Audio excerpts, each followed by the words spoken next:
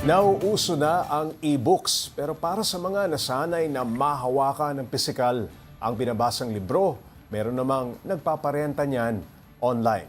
Para bigyan ng mukha ang balita, Mobile Journal Denise Valdez Sancho. Christmas is known as the season of giving. Pero para sa isang writer, it's the season of borrowing.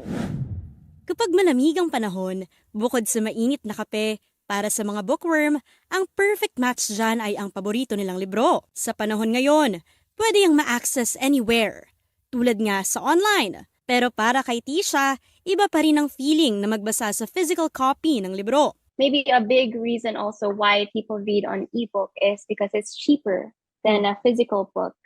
But there's also like a unique reading experience when you read something physical, that you can hold it and you can turn the pages like. Kaya yan ang idea sa online library ni Tisha. Parang sa library.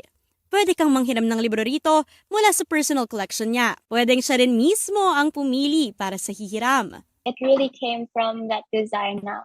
Yeah, I love all these books. This is what I want to recommend. But also there's an important thing to like broaden our reading.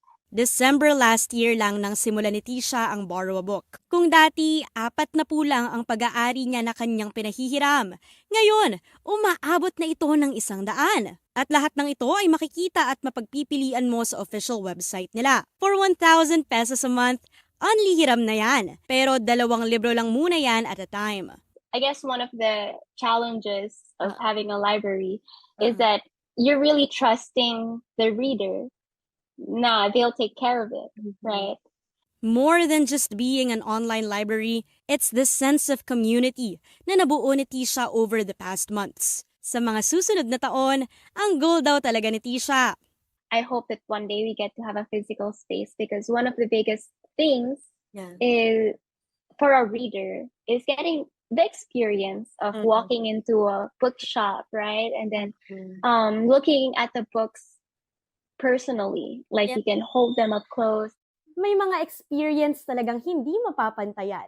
At para sa ilan, kahit simpleng pag-amoy lang ng libro o paglipat sa mga pahina nito, sold na sila. Mobile Journal Denise Valdez Sancho po, hatid ang mukha ng balita.